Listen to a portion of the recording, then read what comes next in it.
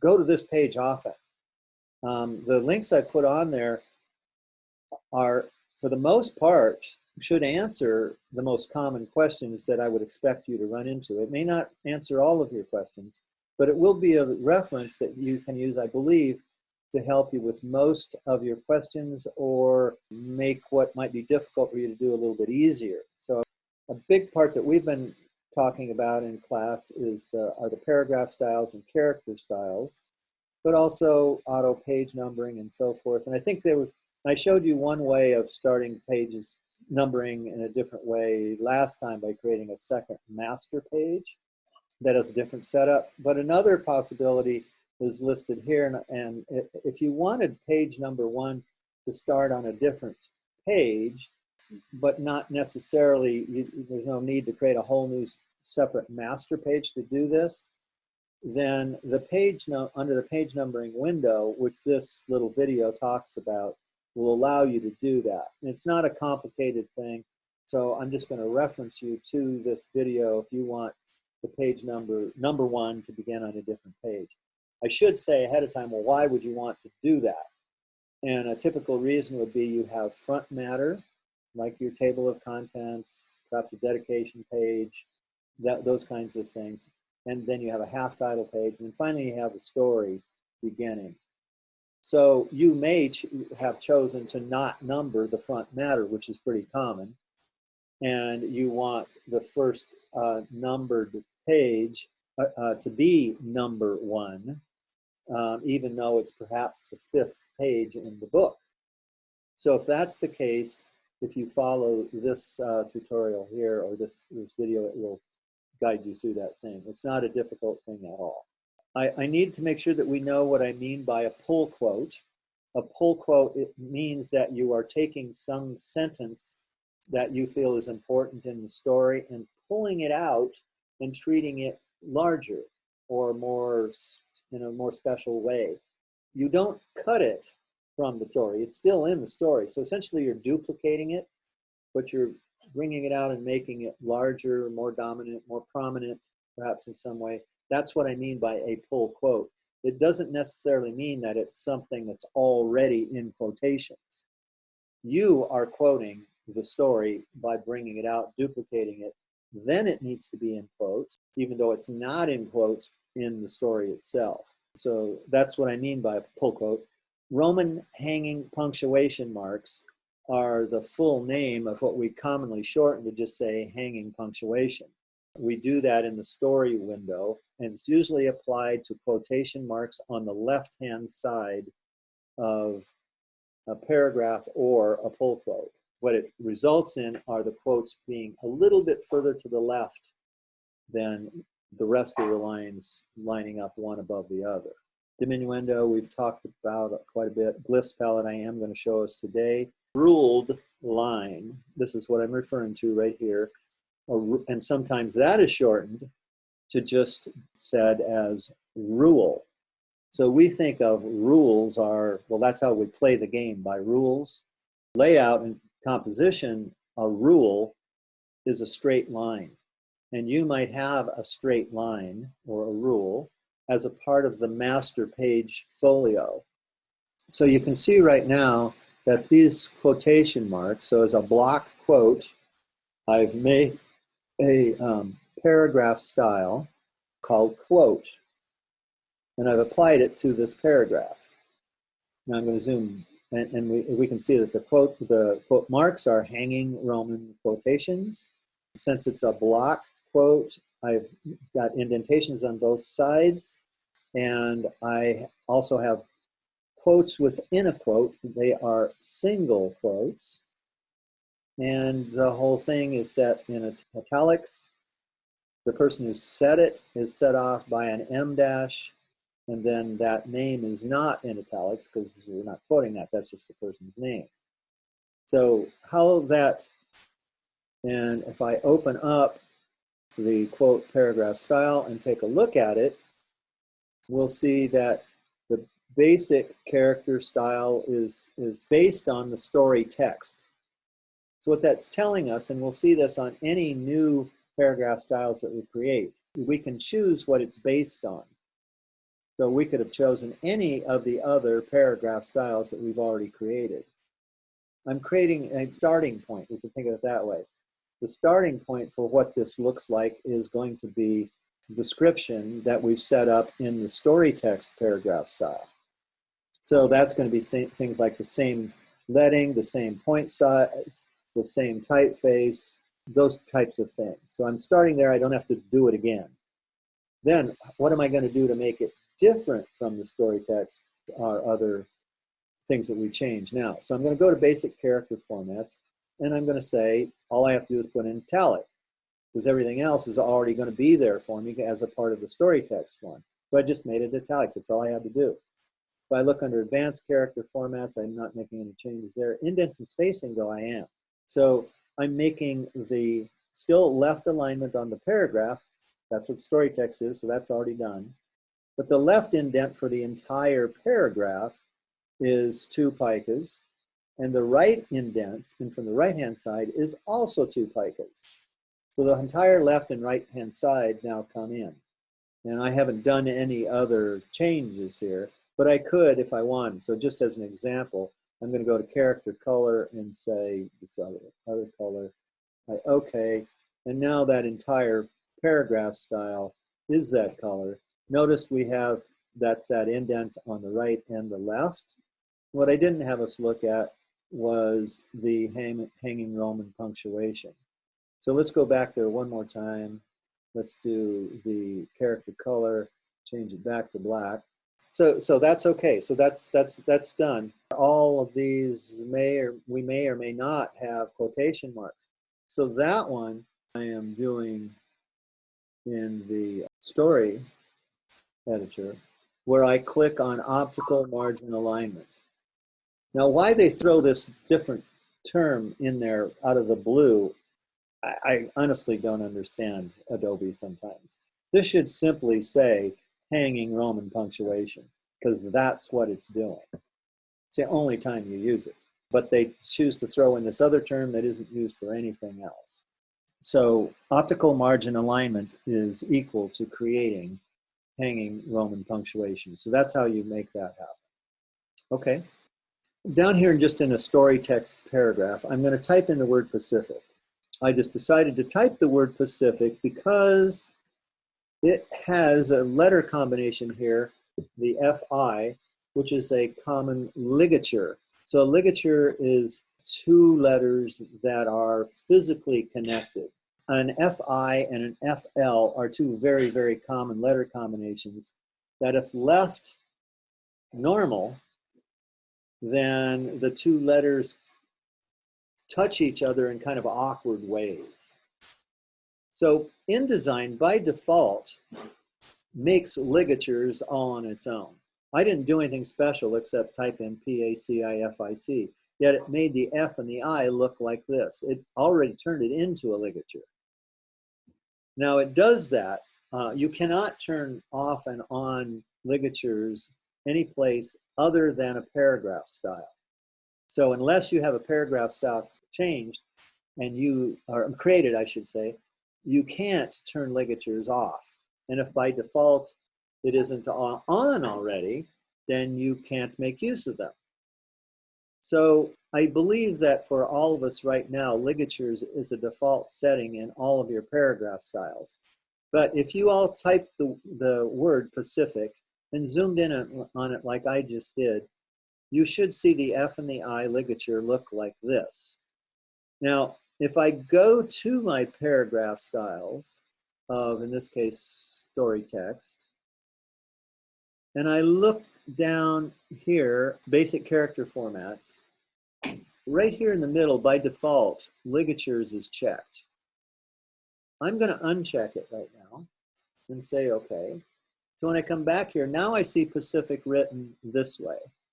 Now, because my particular story text paragraph style, we've already opened up the tracking by 5%.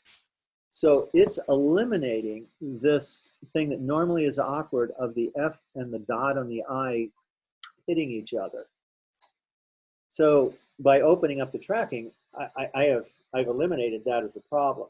On the other hand, the dot next to there is kind of a hot spot anyway. I know it's picky, but it is. And so instead of having it like this, I want a ligature there. And so I'm going to, again, go back to my story text paragraph style and under basic character formats and make sure ligatures and box is checked. So when I OK it, then it will look like this. So it's a cleaner combination. And of course, again, I believe that that's going to be the default setting for all of you already. But you could check it by doing what I just did. Type in the word Pacific and see if the FI is in fact making a ligature. You also, however, need to know that there are times when you don't want a ligature. So an example here would be, let's say I wanted to letter space out Pacific. So I take that. So let's say I wanted to track this out. It's as a title or something. So I go in here and I change this. We'll go up to 200. Oh, that's very interesting. Discovered something new that they've changed. So in the past, remember this was a ligature. By tracking it out, InDesign automatically changed it to its individual letters. And in the past, it didn't do that. It kept it as a ligature, so the F and the I were really close together. It looked like that. And obviously, that's weird. So we've got a lot of space between the other letters of the word Pacific, but not the F and the I. That's the way it used to do. So that's great for us. So we actually don't have to worry about that particular problem any longer.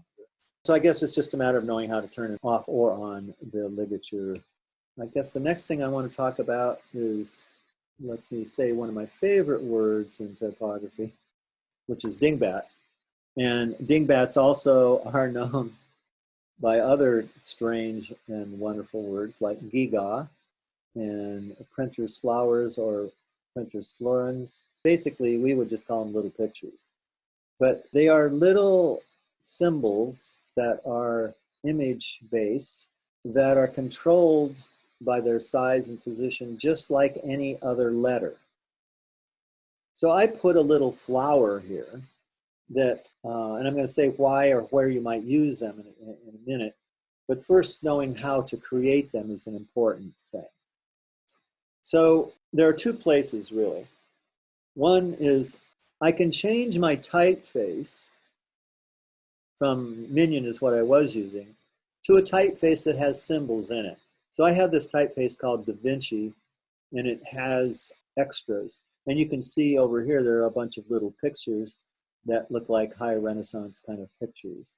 So I can change the typeface to that, or I can change it to an emoji typeface, or I can change it to something like Apple symbols. And if you have Zap, Dingbats is also one with little symbols. I happen to have Adobe Wood type symbols on there as well. Wingdings is another version of this. Any of those changes in typefaces will allow you to have customized or create customized dingbats. There's another location, however, and that's in the glyphs palette. If I look under Window, Type, and go to glyphs, in the typeface that I have selected, I will see the map of all of those. Since the typeface that I have out there right now is this Da Vinci one, I am seeing the map of all of the little characters that would show up for Da Vinci. Now, on the other hand, if I'm, let's click out here where it's Minion, and now I'm seeing these kind of characters, some of the extended version of ligatures. So here's an FFB, and an FFL is a common one. So we have an extended number of ligatures.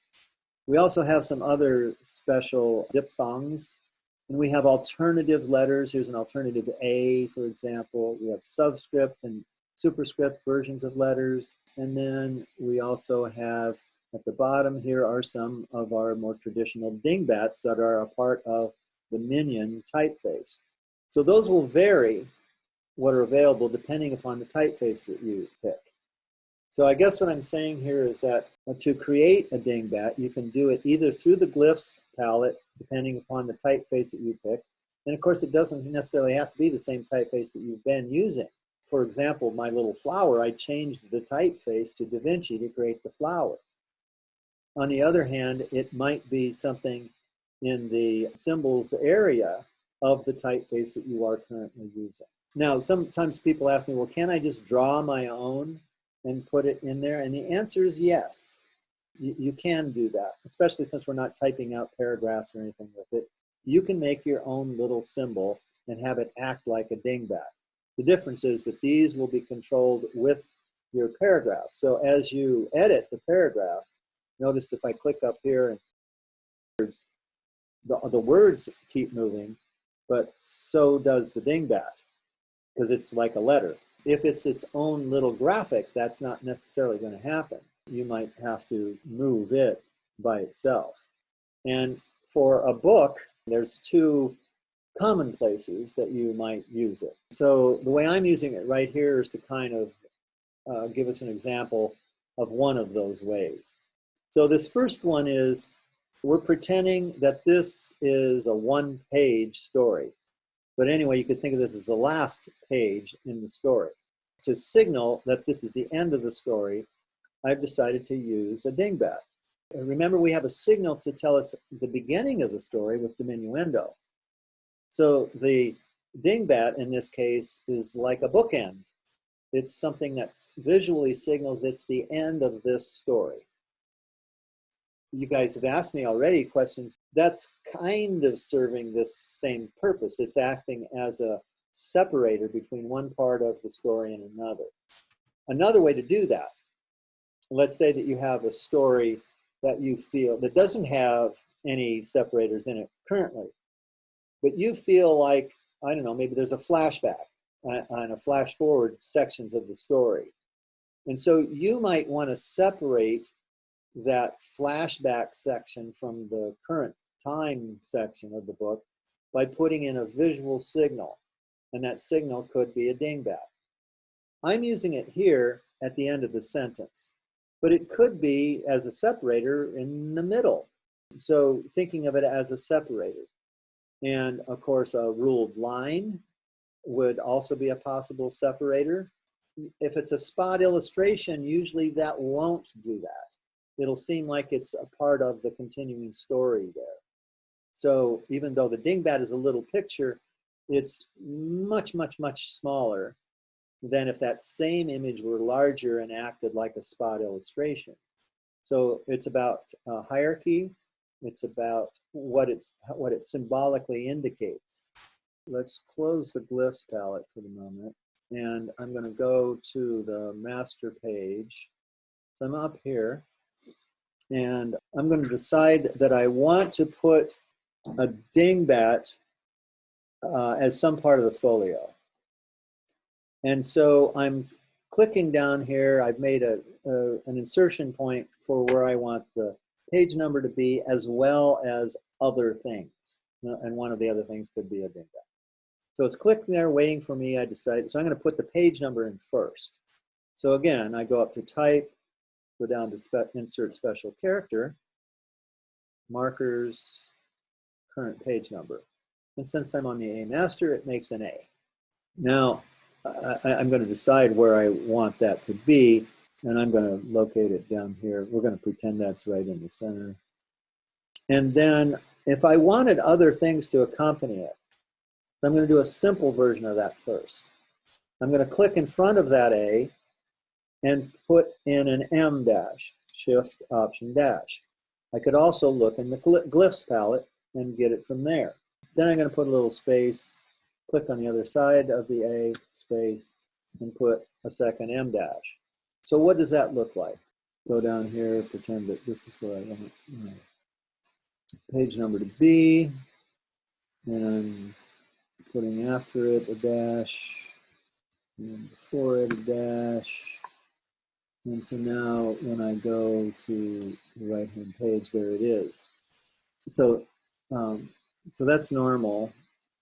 I think I have something else going on that other page, but this is what we should see. So it's just an example of the folio that includes the page number with dashes on either side. I'm going to go back here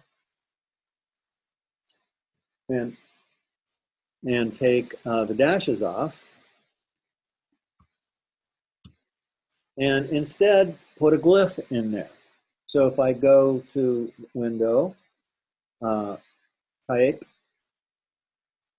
and Glyphs, I can go down here to where these are, and I'm going to pick this little heart guy, and I think we're going to do it this way. So I put that one there on the left-hand side. I'm going to put a space between it and go to the opposite side. Come on. And go over there, and I'm going to put that one again, double-clicking it. But I want it to face the other way. So I'm going to select this letter here. So we have it here. And with that one, we're flipping horizontally and cutting it from there. We want it to move as text, because if we don't, as the numbers get bigger here, this other little thing isn't going to move with it. Because if I just made it a little picture, it's not going to move with, as the number gets to be, let's say, more than one digit, it needs to expand. In 3 digits, it needs to expand. So, because on both sides, it doesn't have a right or left side. So what does that look like? When we come out here, you see a right-hand page that has 9 like that. Insert some more pages. Okay, so now when we come down here, so when it's triple digits, you can see it allowed that to move because it's acting like type. Okay, now let's go back to the master pages one more time. And I talked about this, I think, early on. I don't believe I actually did it.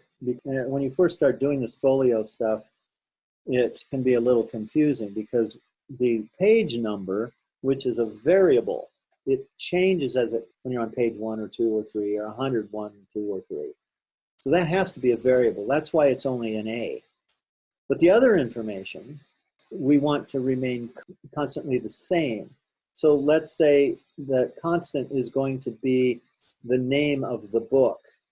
So I'm going to say that the name of the book is Short Stories. And in here on the master page, it looks like it says A Short Stories. But that's because the A is a variable. So when I come out here, it's really 103 short stories. So do I want it to mean there's 103 short stories? No. So this is a tiny example of why we treat different information differently. It's a part of the overall group of folio information, but one bit of information is the page number. The other bit of information is not the page number. It's the name of the book. So I have to do something typographically here to indicate that. And so I'm going to do it this way. I'm going to take the A and normally make this a character style, right? But in this case, I'm just going to make the it be bold. I've given more space between here so that it's obviously a different thing. But let's take a look now and see. So now we have, here's the page number, and there's this, and it's a little more obvious that these are two separate things. But maybe I even want to change that more, or make it more obvious.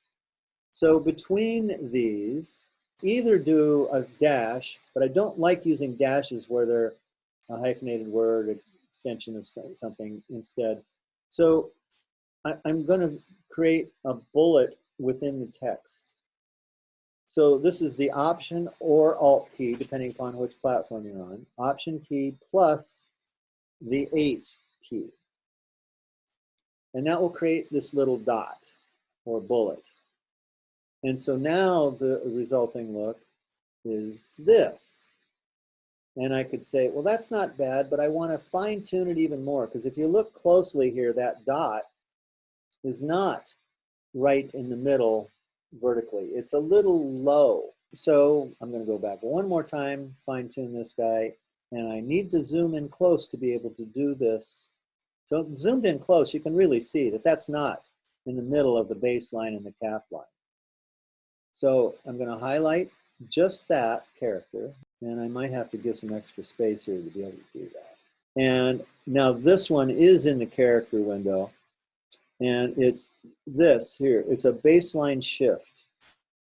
So I want to bring it up slightly. And I just clicked it once in this case, and it looks to me like it's now more midway. But I'm going to click it again so you can see it's actually moving up, right? You can use the arrow keys on the keyboard. More midway, okay? Now, I can also take that one little thing, and bullets most of the time are overly big. So I'm going to change the point size of this one from 12 point, which all the rest of the text is, go down a size. And when I do that, it looks like I might even want to bring it back up one. Okay. What I guess I'm trying to demonstrate here are why you might add other information, what you might do to differentiate them from one another. And of course, we can go on and on with this. We could take this, and instead of it being black, then we could make it another color, another shade of gray. We could do any number of things. We could have all of the folio information exist within a box, and especially what's this part here, it could be something like that, but I would definitely make the line weight less, or something like that maybe. So all of those are just examples of things that you might do. And then when we look out here, so here's an example. So that worked fine when I had a single digit here, 1 through 9. But now what's a triple digit, that graphic of the box didn't move because it's not part of the text. But those are some examples of that. I did not show you a ruled line back here, and I'm going to take this box. Okay, so another typical thing that you might find on the folio is a ruled line. And I mentioned a ruled line is also something you might use as a separator. But rarely do you want that line to go all the way across the page. The exception might be on the folio. But to be honest with you, even on the folio, a line going all the way across the page can be a problem when it comes to printing and binding. And so I want to say why. So here's this line that goes all the way across the page. We have on the other side, we'll have another line over here that also goes all the way across the page. Well, this looks all fine and dandy here on the screen, but when we're printing it out and then binding the book together, more likely than not, one of these lines will be off. And it might not be that much, it might only be a little bit, but it's certainly distracting if we made the line go all the way across, and that results. And it will happen when we put the book together. So one reason to not do this is that, the binding, what happens in printing the pages and binding it. So rarely should you have a line, a box, a bar go all the way across. Whether this is a bar that bleeds off the bottom and the sides, but don't have something, a graphic, like a line or a box or a bar go all the way across the page, simply for the production problems. But the other reason is a design reason, that it separates this totally. This is a whole, it's a border. It totally cuts off any of this information from this down here. And that's probably not the best thing to do. So I'm going to shorten it up here. I just held the Option key down so it grew from the center, not the ends. So now I have a little separator here saying, well, this stuff down here is master page stuff. It's folio stuff. And this up here is the story. They're not confused with one and the other. But it's also not so heavy-handed of having this go all the way across. So it can be a more delicate, lighter touch. Let's do a text wrap. And first of all, a text wrap means where there's a graphic, a photograph, any kind of image, that you have the text come up to and kind of go around it. And there's a couple different ways that that can occur. So I'll do the simplest version first. So I just get an image box, the X box, and I put that box out here. And it's important that that image box is on top of the text. So in design, like Illustrator, the last thing that you make is the thing that in fact is on top. So since I made this text before and now just made the X box, I know that this is on top. If you're unsure, though, you just have it selected and go to Object and Arrange and say Bring to Front. So since this is already in the front, that particular option is grayed out for me right now. So it's on top of the text. Has to be in the same layer and on top. So we have it selected. Then I'm going to do my place command. I want to use this one first. So this is a JPEG version. So it's in there in the text box. So right now the text is coming up to here, but it looks like it's just being blocked off. So it's not really wrapping. It's just covered up. And so what I need to do is now go to the window of text wrap. So I get the text wrap window and I go here and I pick one of these options. And my first option, it looks like this, where the text, in fact, if the text is on top, it just goes across the whole thing. That's usually not what I want. So I usually want one of these other options. So if I pick this one, the text now comes down to and doesn't go over this box. It comes up to close to, but not touching this, and we're seeing all of the words, and also down below. That's one option. This one is usually the option that gives us the best results. So it doesn't mean we have to be using an oval. It just means that it's going to come up to the image on perhaps all sides. I think that text wrap works best when it isn't right in the middle. And the reason is that here, look at how short the line lengths are on each side. It's very choppy. I usually don't think it's a good idea to put a text wrap image in the middle of a paragraph. So instead, off to one side or the other, because then you can keep the text that is wrapping on the side longer and less choppy as a result.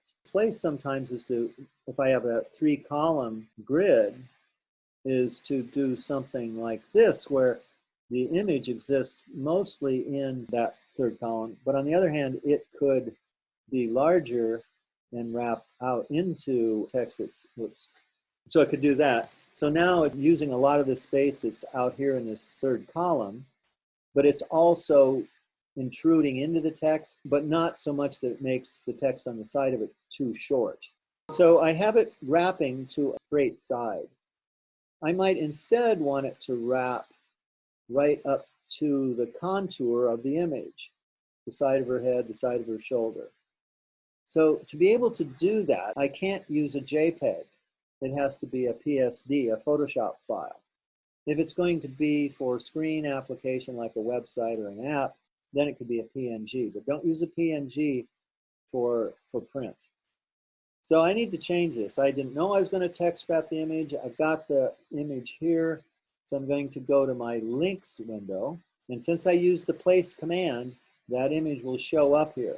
And what I want to do is select the JPEG options. I'm going to say relink, and I'm going out here and I've already made the same file as a PSD file. So you would have to have the PSD already made.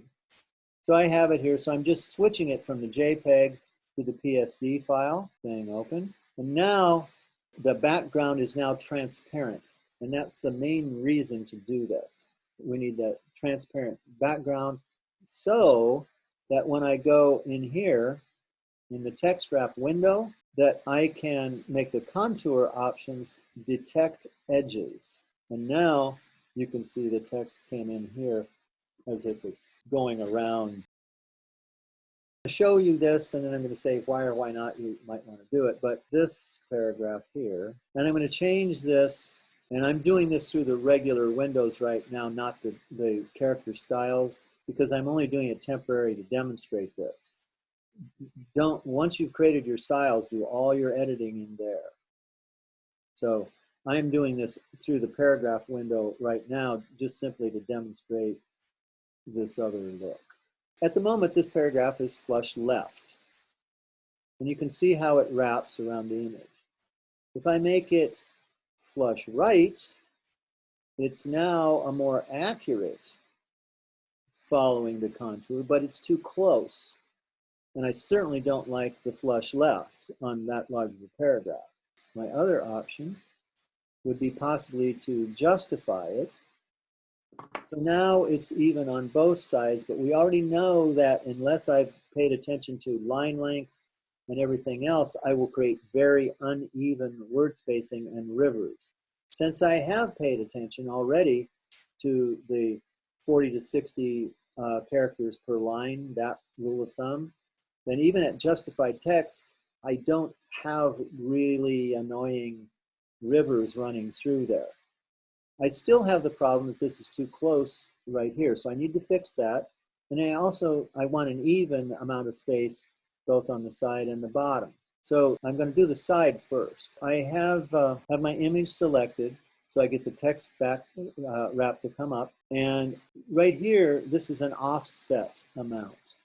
And at the moment, there's a chain link on there. So what I do to one box will affect all four. It's the same as adjusting margins. If the chain link is there, it will adjust all to the same amount. And that's what I want in this case to begin.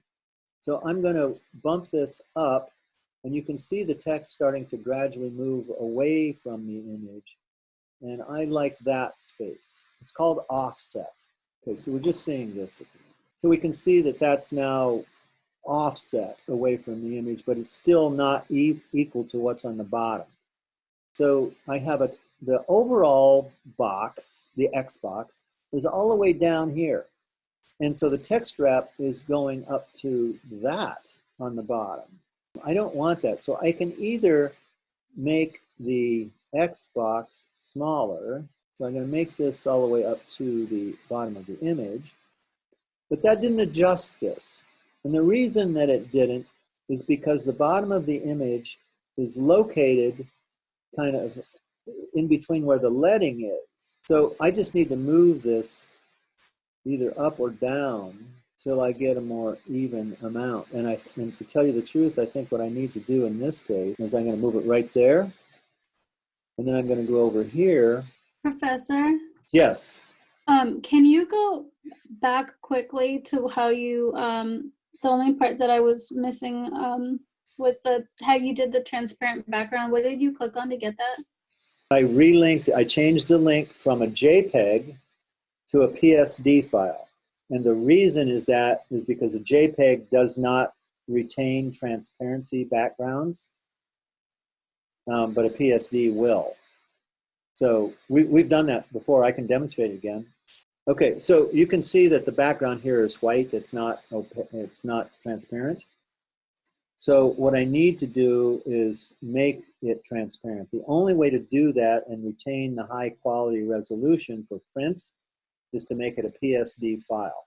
I'm going to go to Save As, make it a Photoshop file, and I'm just going to call this test. Okay, and so I say Save. PSD means Photoshop. Now that I have this PSD file, I can delete this background. You may need to do one extra step. So your layers window of it is going to be one layer. You can see the little lock. The ideal way to do this is to unlock it first. So I just double click it so that it opens, say okay, so it closes. Now you can also just click on the lock. Either way will work. Double clicking the layer to open and then just closing it, or clicking on the little lock to unlock it. Now I can select the white.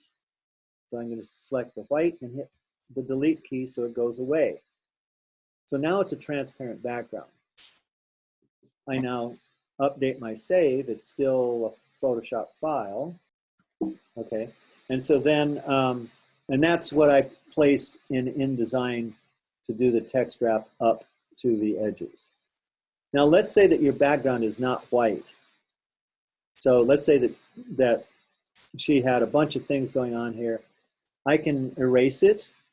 I can do any number of things, but maybe the image is more complicated to erase just the background. Any of those things. Remember, you're doing it so that type comes up to it and that the little letters are not capable of going in and out every tiny little hair that's on there. It does a general outline. So just remember, that's the thing. So another way to do this without having to erase the background is to just be in here and use your pen or pencil tool and draw a rough line. So I might just go in here and draw, a rough outline. I now go to paths. Yeah, so that's the path that I just made. So I can go under options, do save path, called path 1, and then say make a clipping path. So path 1 is going to be a clipping path. I say OK, and then I save it again. And this is going to, when I go back into InDesign and my clipping masks or my text wrap options, then this path right now, right here, that's going to be the path that you just created.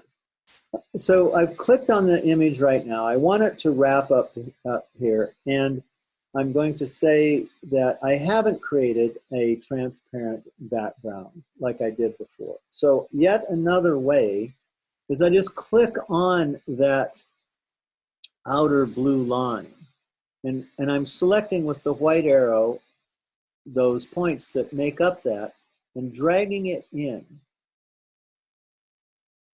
And so I'm just going to do those two right now. Yeah, actually, that's all I was going to go over. If you have large amounts of text, to be honest with you, it's easier to delete that and create the basic format first. On the other hand, you can change it once you've got all the text in there. You just have to be willing to then resize the text that you have in there. You don't have to have 3 columns, by the way. But I would suggest an uneven number, and 3, I believe, is the most useful. But at this point, I would change this to 3. Now, since I already have it in there, and if I did it now, we're not going to see the result here on the text that I have in or already input. So I'm going to change it to something other than 3. Let's make it so that it is 1 column. And I say, okay. So I come back out here now to where my text is, and I need to reflow it to a single column. So now what I need to do is go in on each page, resize this, and that's going to reflow everything. So you just have to do that on each page. Now, again, I strongly, strongly recommend that you first set up your margins and everything on your master page before going further. You can do it either way. It just takes a whole lot longer. So if I start out in here by adjusting my margins according to the Fibonacci number series and the number of columns I want, and then bring the text in, it's just smoother. I'm going to say it first, the conceptual part. None of the tech business, none of that, and just so that we can think of it visually, what is our goal? So the analogy I suggested to all this was, think of this like you might be putting a mat around a drawing. And so if we think of it that way, the majority of the time we have the bottom margin the widest. And then we might have all of the other 3 margins, the left side, right side, and top equal. Or we might have the bottom is the most, the top is a little less, and the sides are equal. And then in the case of a book, we have a variation of this but we have a right and a left page. So now instead of saying the right margin and left margin, we say outside margin and inside margin. So the inside margin is a weird animal, because even when we say the inside margin is equal to the outside margin, that amount of space is actually doubled up because we have a margin next to a margin. Right? So even though the setup right now, the inside margins and outside margins are the same number, I'm just going to say 1. So there's 1 inch here and there's 1 inch here. There's 1 inch here and 1 inch on the other side on the left. But together, this 1 inch and this 1 inch visually say 2 inches. There's 2 inches of space between any text that would be on this page and 2 inches in the text on that side, right? So even though the margins, the way they're set up, are equal, visually it results in a wider space in the gutter. So we have to keep that particular thing in mind just in general. Now, the other thing we have to keep in mind is how the book is going to work as an object, not seeing it just on the screen, but the physical book we hold in our hand. And we know that when we open a book, that the pages are held together in the middle and they come up and fold out towards us, right? And so because of that folding out kind of thing, some of the physical piece of paper is actually hidden in the fold. It's hidden in the gutter. And that problem gets to be greater the more pages we have in the book. So there will be some disappearing of the paper as it goes into the gutter. So for that reason, we do want the inner space, the overall space, to be a little bit wider than the overall space on the outer margin. So the question now becomes, by how much wider should it be? And again, I keep in mind that even if I make them the same amount on both inside and outside, it's in effect doubling the space in the gutter. The conceptual side of things into the actual physical setting of it up. So there are two places that you can do this, but the best place is to go when on the master page, either set it up in the original document setup if you know ahead of time, which we rarely do. So we do it now that we've got something going. We kind of like the look of it. So now we're going to adjust the margins. So I picked this page. So to get a look that you think you like, you might just bring in one story and play around with what type choices that you want, the amount of leading, how you apply diminuendo, that kind of thing. So you're working with something on one story only. And then once you've got that look that you want, then you apply those margins to the master pages and then bring in your other stories. Okay, so at any rate, we're pretending we have a look that we like. So we're now going to the layout, margins, and columns. And in there, we decide we want 3 columns. And we also decide how much space we want in the margins.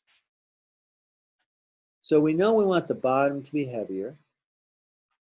And so we're trying to figure out these others. And what I've suggested to us on this, is, I've done more than suggest, I said we need to apply the Fibonacci number series to our margins on this assignment.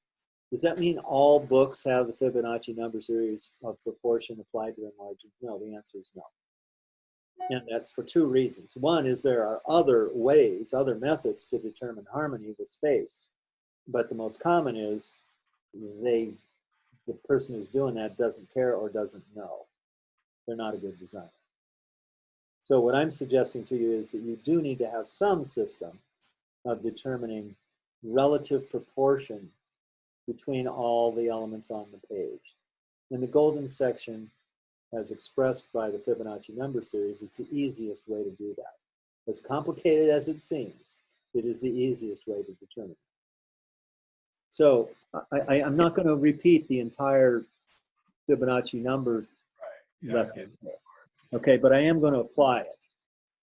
So we're going to say that we're going to start with the second one in the series. So the series would be, if we don't count the first one, it's 1, 2, 3, 5, and so forth. So I'm going to apply the 1 to we're on the right-hand page here. So I'm going to select both pages and go to margins and columns. But I'm going to make the top 1, and I'm going to, the left 2, so that would be 6 picas. And the right also 2, so it also is 6 picas. And the bottom is going to be 3 or 9. So how I get that there? 1 times 1, whatever this number is 1. So 2 would be whatever that number is times 2, and 3 would be whatever that number is times 3. So that's what I've got. I say okay, and I look out here, and now I can see the result of it. Here's 1, 2, and 3 on the bottom. notice that two side-by-sides give us more space in the middle, or gutter. So it looks, that in that case, that's the application, the way it looks here. That's with the inside and outside margins being equal, but it still results in more space in the gutter. If you go in design preferences and units and increments, Okay. change it to picas, or to be honest with you, vertical should be in points and horizontal should be in picas. Vertical. Because type is measured in points, and we're talking about its vertical height. So to continue that idea, it makes it sense that the vertical is in points and horizontals in picas.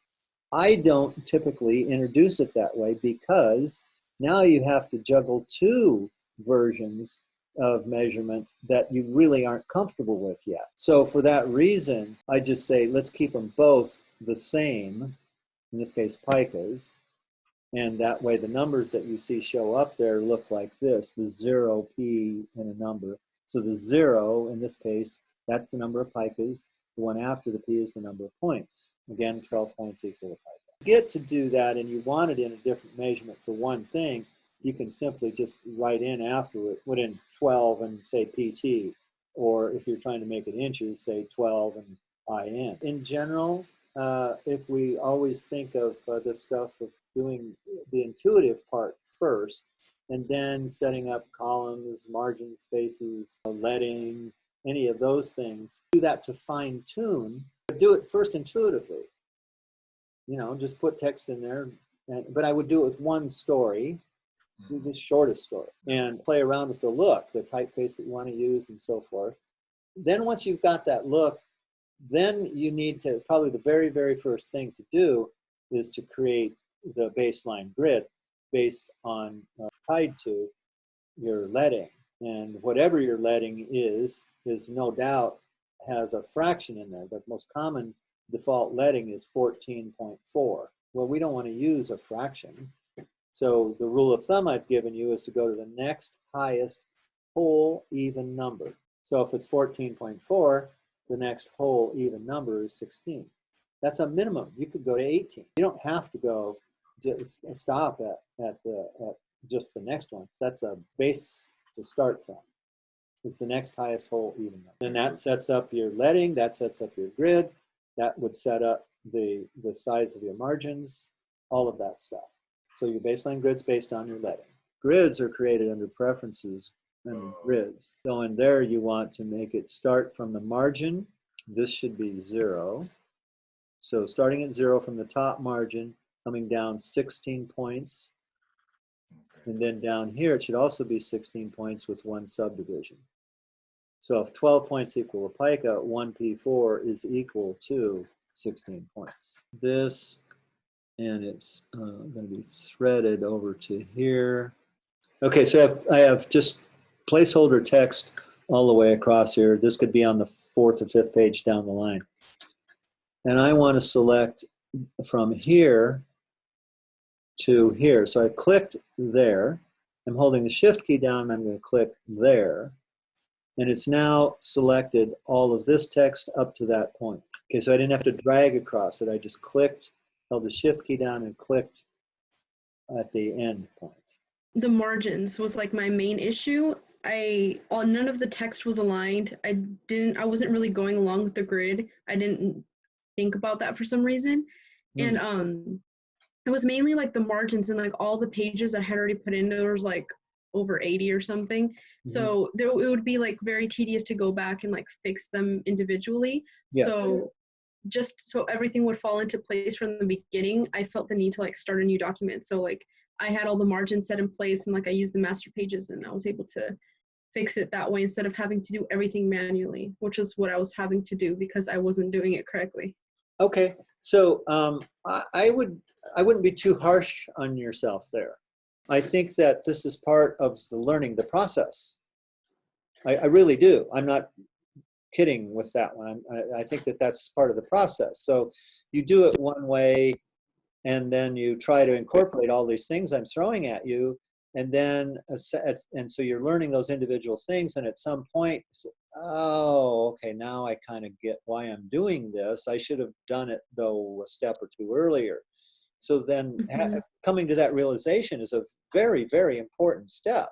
Starting over in this case means a slightly different thing than, oh, I failed and now I have to completely redo it. That isn't what this means here. It means that, oh, now I have a better understanding of what I should do and when I should do it. And it's going to be easier for me to do that if I simply take the text out and bring the text in again. So that's okay. There's absolutely nothing wrong or bad about that. It's just a step in the learning curve. Yeah. And I definitely did feel better knowing that all the base work was done correctly and I knew what was actually going on instead of just like blindly relying on my intuition to like fix the things and make it look correct. But yeah, I did feel a lot better when I restarted it, and now I feel like I'm on the right track. Oh, that's great. That's good to hear. Yeah. Okay. Any tips you want to pass along? I think the biggest one for me was don't be afraid to restart. I mean, because I was like, oh my gosh, you know, it's almost the end of the semester. I have so much homework to do, but I just felt like just restart. It feels like it's gonna make everything better. I felt like it did because I had made so many mistakes before, and like one thing that I learned the hard way was that every little thing that you do there counts, and it like makes everything different. So I think if you have like a fresh start, it's a lot better than just trying to like, because sometimes you get too attached to what you have, and then it's really hard to restart because you're like, no, I've done all this work, but it just makes your life so much easier when you do restart. Yeah, it's trusting yourself. You should feel good about that. That's really nice. It's part of a growing confidence level.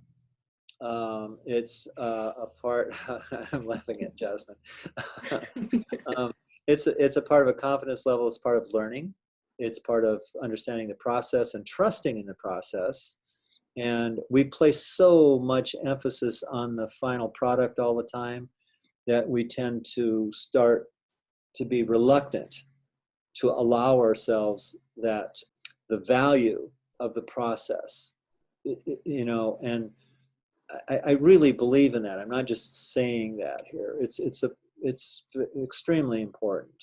It's a way that you can leave this project or any project and not feel like, oh, I'm glad I'm done with that. I don't have to do that anymore. I don't want you to feel that way. I want you to learn something from this, that as you go forward, you feel more confident in trying to apply some of these things. One of the things that absolutely happens is when you get out of school and you're working as a designer and you feel like you have no time, you would have had like this book assignment to do one of these stories. You might maybe have an afternoon, if that, you know, an afternoon is probably pretty normal if you were doing one of these stories, and the whole book, maybe a week. And so how do you get it done that quickly? So you find out really early on what your personal standards are. And so some things, it's like you might even have in the back of your head, oh, I know I'm supposed to do something with the baseline grid, but I can't remember how to do it. And I start panicking it. I'm just going to go ahead and do it. You know, do it without that. No one will notice. And then it's, well, I know that I was supposed to do something else with this diminuendo thing, but I'm just going to make a big first letter because no one will notice. And the margins, I'm just going to make them all equal because nobody cares. See what I'm doing here? See, all this stuff is, you know, our own standards, because as we keep up the standards of design, we not only do what it's supposed to do, help people read more things more easily, more completely, comprehension goes up, all of that is good stuff. You will never get credit for it. You know, no one's ever going to come to you and say, wow, I like that book because of the way you did the typography. Not going to happen. So it's totally about your own good feeling, your own good standards, and being proud of doing good design.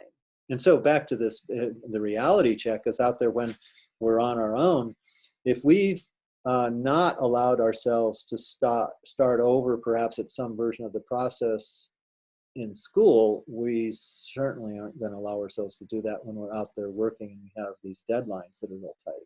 So what we want to do to get prepared for that is allow ourselves to start over if necessary, keep standards high, try to meet those standards as best that we can, try to learn from them, do whatever it does that we can do personally to help remember these things, create our own little resource list, checklist, whatever it might be. I'm a firm believer in those checklist things. That's why I give you the type variable stuff, because I don't remember them all, you know? And so I can quickly refer to those and, oh, yeah. And I'm back at it again. But I think the part I really want to refer to here is the ability to have confidence in, oh, now I get how something is going. I just need to start it over rather than continuing to try to undo and redo what I've currently got, even though I've spent time on it. And that confidence in the process, knowing that the end result is going to be better, that's an important thing. So to allow us to do that in a shortened period of time, I need to learn key commands. I need to have these resources that I've developed for myself that I can refer to very quickly. Well, I suppose there's other things too, but I think those two go quite a long way in helping us trust the process and still cut down on time. One of the things that you should know is that up here under window, you can arrange these in different ways here. And also under workspace, you have some other optional ways that will pull some things out.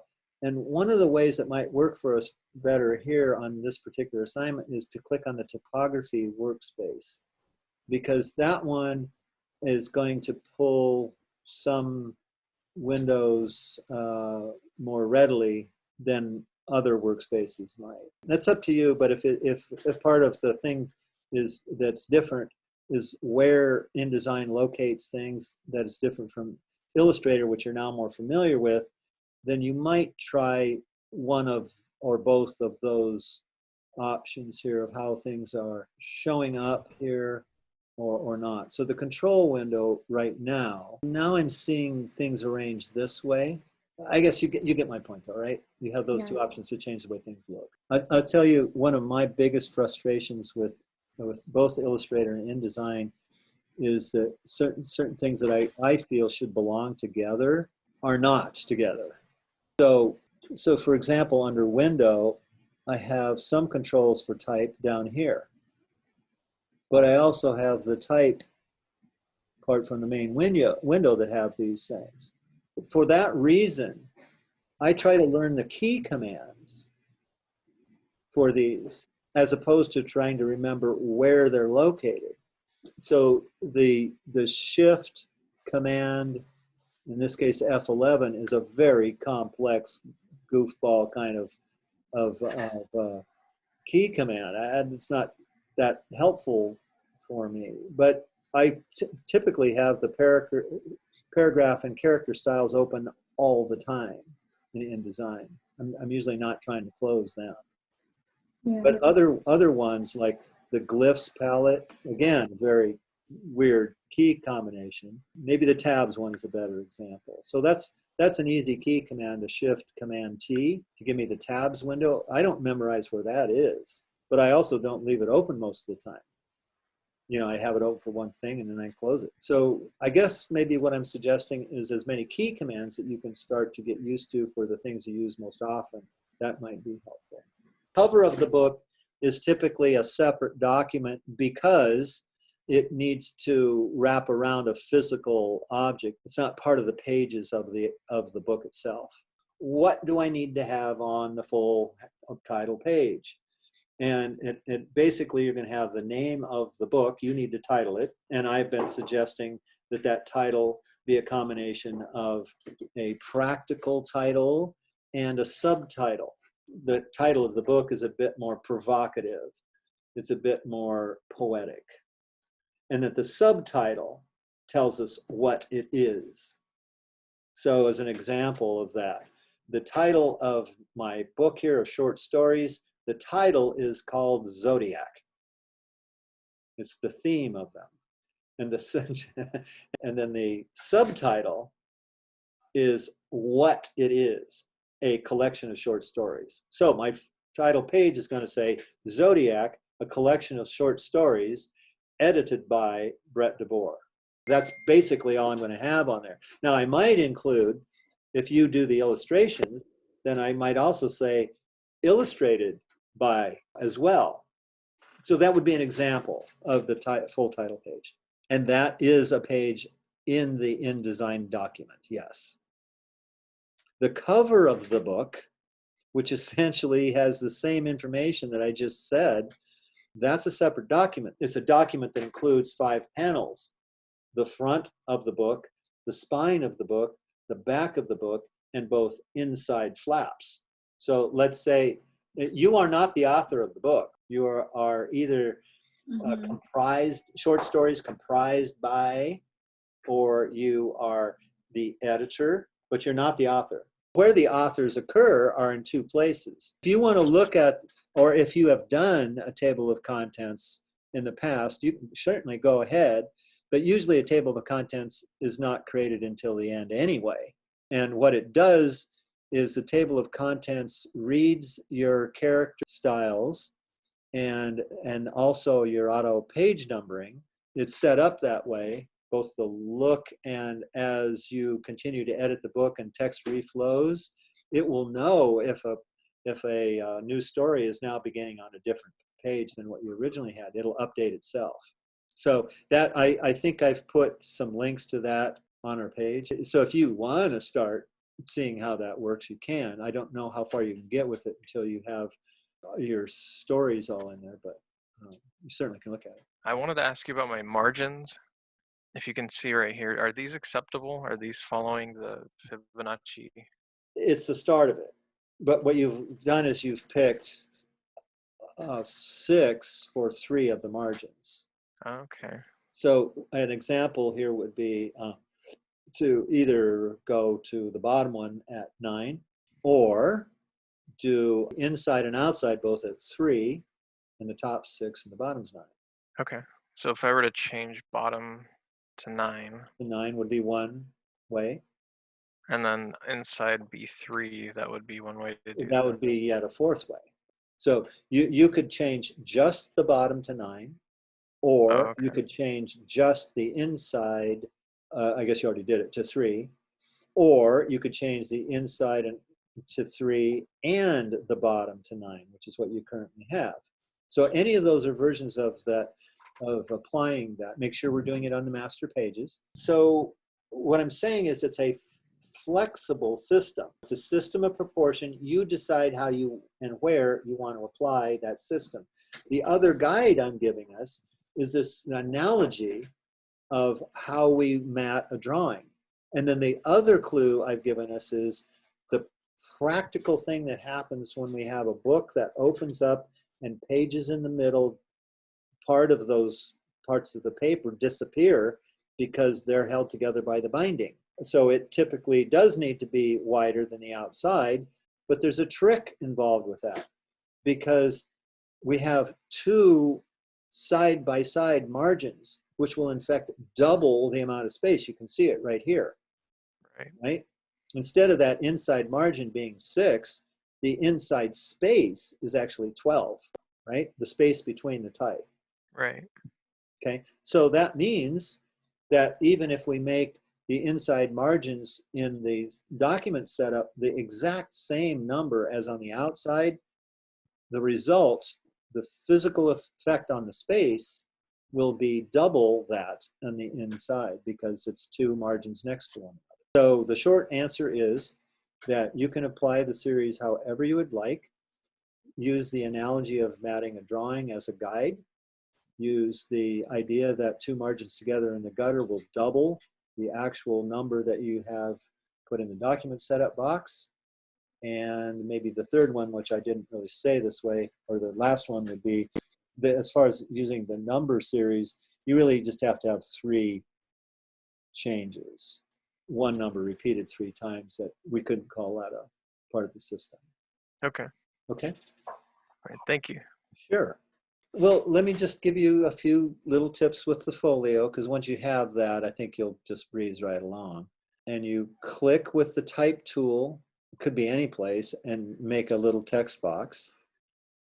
And then you're going to, under type, you go all the way down to the bottom of insert special character, and then it's going to the right of that and picking current page number. It'll show up and it'll make an A, because it's going to be on the A master page. That is what will allow you to see the page numbers. Anything additional, like I did at the start of today, that you want as a part of the folio, you just make it there like you normally would, and then those things will show up on the page, like a ruled line, like a dot on either side of the number, an additional word, any of that. Remember, you're adding typographic element. Folio goes underneath the, like the margins we already have. Yes, It goes underneath it. Like, it doesn't go in those margins, right? it can or it might not. But here's the reason to have it below. When you're seeing it on the master page, you're not seeing anything else. You're not seeing any story there. The story, however, on the actual pages where the page numbers appear, there'll be text there. So the text, if you put the folio up in above the margin, you're going to have part of your story perhaps run right over the top of it. That'd be the worst case. But another thing that can happen is if you put it in the same typeface, same size and everything as your story, and it's there, it'll seem like it's part of the story. And it could even do that even if you put it below the margins. So what you want to do is have a character style that is related to but different from your story text applied to the folio page numbers, and put that folio information below or in the margin. Okay, and that's whether it's to the side or the top or the bottom. Don't put it in the same text block where your story is actually going to go, and also don't make it the same look as the typographic look that you've made for your story. I tend to like to treat the display type for titles, subtitles, and folio all based on the same look, and treat the text look to include the story, pull quotes, and captions.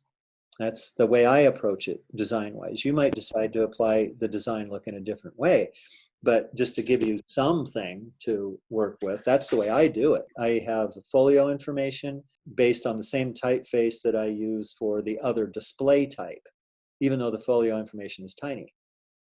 But I certainly don't want it to have the same look as the story. That's the main point. Well, remember, typeface and font, there's two differences. I'm trying to use them technically in the correct manner. I'm not interchanging them. The words don't mean the same. So the typeface family that I pick for display type is, the way I do it is I choose a sans serif typeface normally for display type, and I use a serif typeface family for the text type. So in the text type category, I include the story, captions, pull quotes. For the display type category, I pick a typeface family and apply it to the title, the subtitle, and the folio information. Now within each of those categories, I change the font. So the font, stay with the story text type for a minute. I said I use normally a serif typeface for the text type category. But I vary the font, perhaps by size, perhaps by weight, perhaps by whether it's italicized or not, or case, whether it's small caps or regular.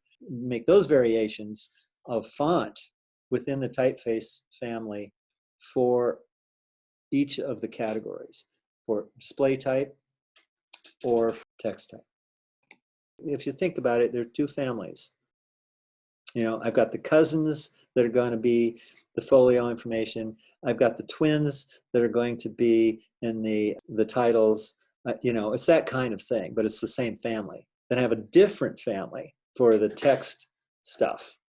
And again, I have cousins maybe that are going to be the story, and I have great uncle that's going to be the captions and that kind of thing.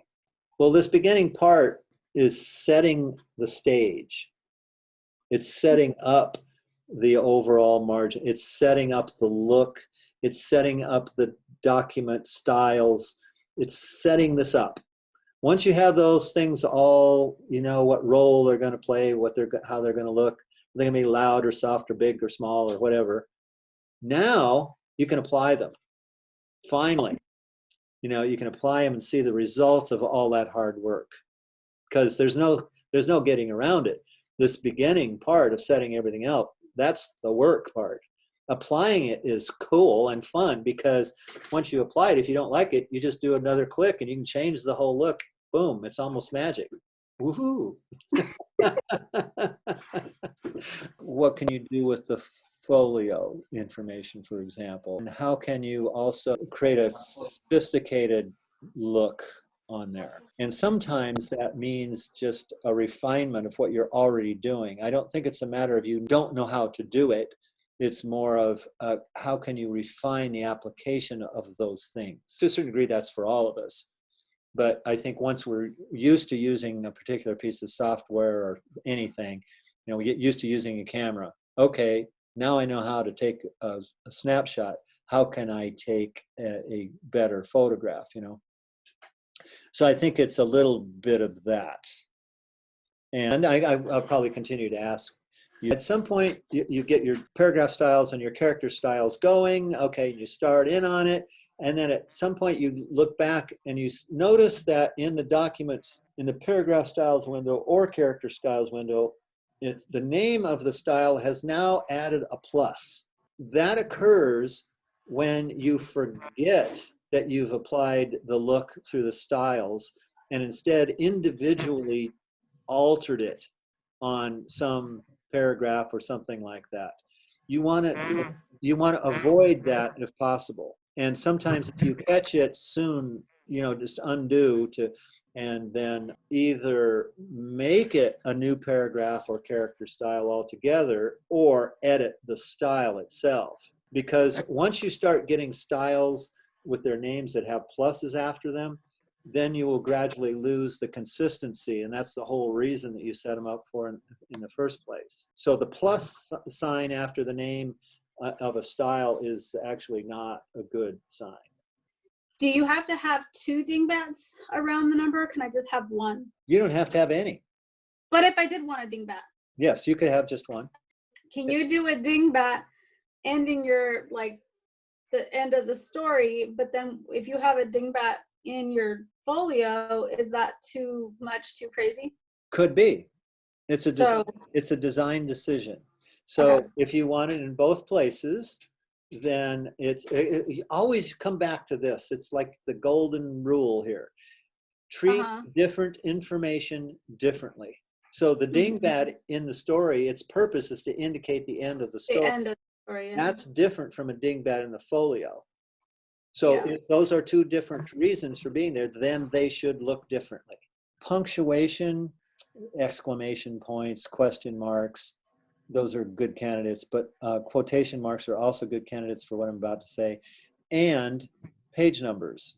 Each of them have a practical purpose, helping us to understand that the words before it were meant to be a question, or they meant to be excited, or they identify a particular page in the book.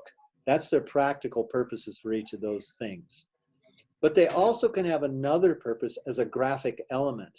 As a graphic element, one option would be maybe I make these page numbers huge, way bigger than they actually have to be to tell me what page I'm on. But as a graphic element, it serves a purpose. So, you know, you can play around with that.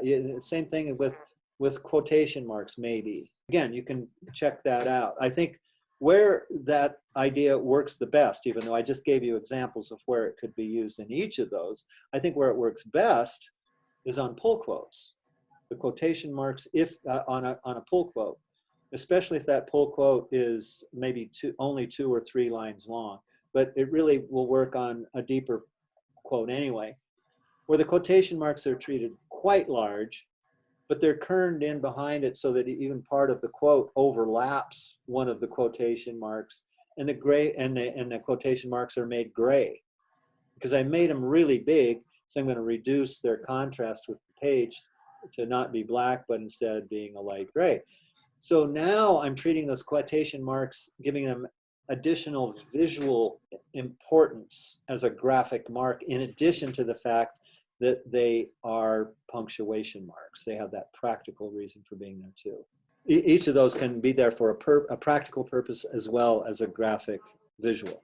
Page numbers, punctuation marks, and quotation marks, right? Yes, there you go. Separators are a contemporary writer's, and you can, as the typographer designer, as long as they remain with their practical purpose of separating, this is a new stanza, this is another day, this is another year, something like that. As long as it still does that, you can treat them visually however you want.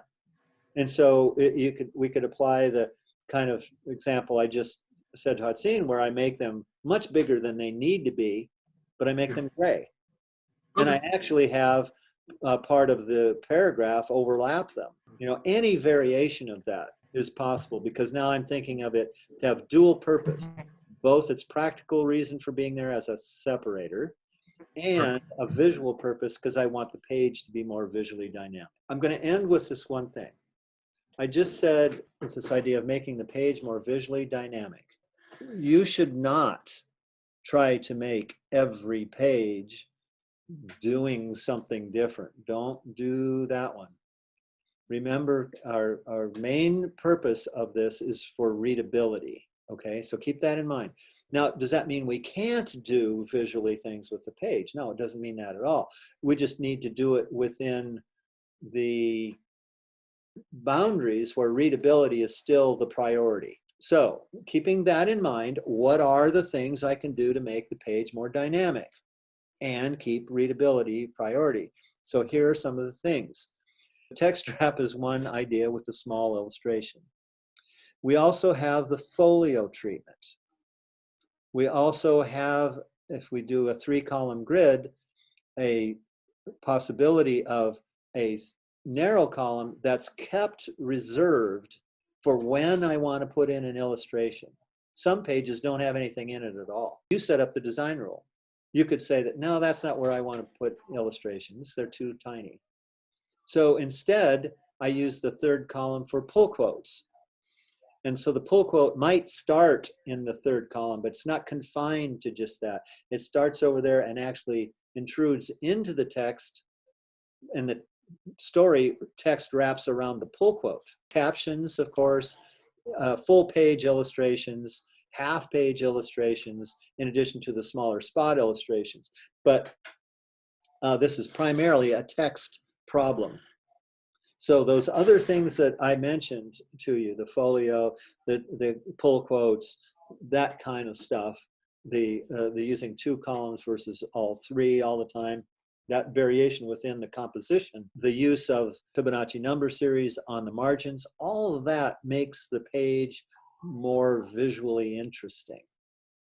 It also gets us away from those really, really narrow default margins that also make it seem like a report rather than a dynamic page I want to read. All of this stuff is not bells and whistles. It's just paying attention to the relationship between the parts and thinking about the hierarchy that needs to be there between those parts that'll help us with understanding the words.